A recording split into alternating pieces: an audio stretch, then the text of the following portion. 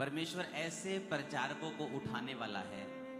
सुनो मेरी बात, मैं ये क्यों कह रहा हूं? प्रचारक तो उठते रहेंगे, ये कोई प्रोफेसी नहीं है, लेकिन इसमें प्रोफेटिक वर्ड क्या है? आने वाले समय में परमेश्वर ऐसे लोगों को उठाएगा जो अपने ट्रेडिशनल वे में प्रचार करेंगे। अगर कोई महाराष्ट्र से है तो जो पास्टर उठेगा उसकी वेशभूषा मराठी होगी, उसकी भाषा मराठी होगी।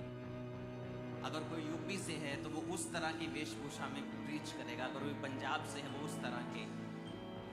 सुनो मेरी बात, इसकी गूंज कम कर दो। मैं आपको ये क्यों बता रहा हूं? आने वाले समयों में जब परमेश्वर एक ऐसी जनरेशन्स को खड़ा करने वाला है जिनके द्वारा परमेश्वर बहुत भारी गिनती में लोगों को बचाएगा, नशों से छुड़ाएगा, बीमारों से आजाद करेगा। लेकिन परमेश्वर ने मुझे बताया कि जब वो लोग उठेंगे और जब वो लोग काम करना शुरू करेंगे, उनका बहुत विरोध होगा और वो विरोध क्रिश्चियन लोगों की ओर से होगा। तो परमेश्वर ने कहा तुझे पहले से ही 10 साल पहले, क्योंकि 5 साल के बाद ये स्टार्ट हो जाएगा और 10 साल तक आते आते ये कंप्लीट होगा, तो आपको ये मालूम होगा, ये प्रोफेटिक वर्ड चलाया जाएगा क्रिश्चियन लोगों के सामने कि ये परमेश्वर ने पहले से बोल दिया था कि इन लोगों का विरोध मत करना क्योंकि मैंने इन्हें खड़ा किया है। तो जब आने वाले 10 साल में आप उन लोगों को, एक नई जनरेशन को, एक नई तरह की चीजों को आप सुनेंगे जो पहले कभी नहीं सुना। जब ये चर्च शुरू हुई तो पहले कभी ऐसा नहीं देखा गया था कि टेंट लगते हों,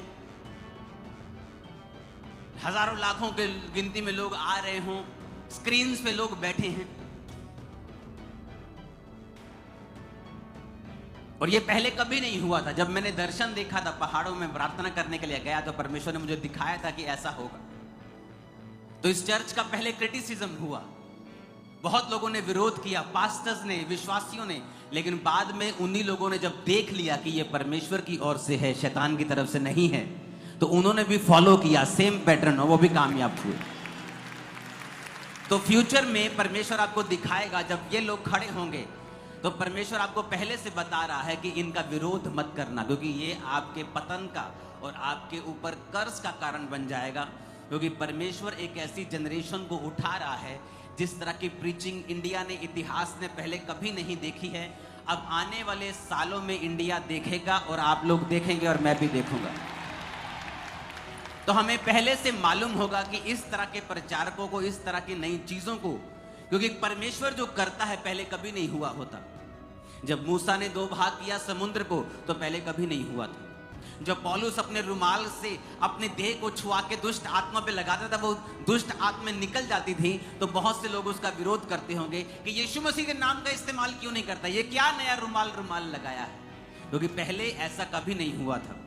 जब ये सेवकाई शुरू हुई तो पहले ऐसा कभी नहीं हुआ था। गुरदासपुर के चर्च जब शुरू की थी तो एक बिल्डिंग ली थी जिसमें 3 फ्लोर थे। हमने सोचा था 1 फ्लोर भरेगा, अगले साल दूसरा भरेगा, होली होली तीसरा भरेगा। दूसरे दिन, दूसरे संडे वो 6 फ्लोर, यानी 3 फ्लोर और 3 उनके ओवरफ्लो भर चुके थे। ओवरफ्लो नीचे आ चुका था 2 संडे में। 4 एकड़ वहां जगह लेनी पड़ी। वहां कंस्ट्रक्शन भी चल रही है, धीरे धीरे चलती है। जिस तरह से फंड आता है, कभी रुक जाती है, कभी चल पड़ती है। लेकिन लोग इतने बड़े कि 2-4 दिन पहले मैंने 10 एकड़ वहां पे खरीदे हैं। अभी 14 एकड़ में चर्च लग रही है। अभी आप इमेजिन कर सकते हैं 14 एकड़ में लोग स्क्रीन के सामने बैठे हैं, जहां पास्टर्स को मुश्किल हो रहा है लोगों को कंट्रोल करना, चाहे वो सेम छत के नीचे बैठे हैं। और यहां पर आप ग्रेस देखो कि 14 एकड़ में हजारों लाखों लोग और हर ब्रांच में बैठे हैं और आराम से बैठकर सुन रहे हैं। आपको क्या लगता है किसकी ओर से है? क्योंकि परमेश्वर जब करता है कुछ, वो ऐसा करता है जो पहले कभी नहीं हुआ होता। अगर आप रियल कॉल्ड हैं परमेश्वर में, आपकी बुलाहट है, आपको परमेश्वर ने खुद कॉल किया है, आपकी लाइफ से कुछ ऐसी चीजें होंगी जिनको क्रिटिसिज्म मिलेगा, जिनकी खिलाफत भी होगी। लेकिन याद रखना, एंड में हम ही जीतेंगे, आप ही जीतेंगे और परमेश्वर ही जीतेगा। Hallelujah, hallelujah.